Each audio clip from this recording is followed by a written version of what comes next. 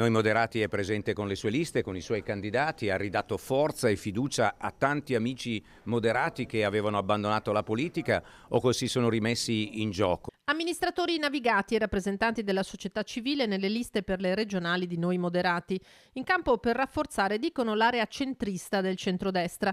La presentazione a Vicenza con un candidato consigliere vicentino doc, Andreas Ronco, alias l'influencer, il Veneto imbruttito. Vuole essere una continuità con quello che ho sempre fatto in questi 9 anni di video, ovvero non sarò il classico politico, perché non lo sono, ma voglio continuare a parlare di miei argomenti, quindi la valorizzazione del territorio, l'agricoltura, i piccoli e giovani imprenditori, voglio parlare della disabilità, della violenza sulle donne, tutti i temi che ho sempre trattato. Il mio slogan sarà costruire il Veneto senza urlare. Moderati a sostegno della candidatura di Alberto Stefani presidente, nel segno della continuità con l'amministrazione regionale uscente, dice Gelmini. Il centrodestra è già forte sul livello nazionale, ma vogliamo valorizzare la caratteristica popolare di questo territorio, e quindi con Luigi D'Agro e con tanti amici anche di Libertà Popolare abbiamo costruito una proposta politica che punta sul civismo e punta su un forte radicamento territoriale. In testa all'agenda di Noi Moderati il tema salute.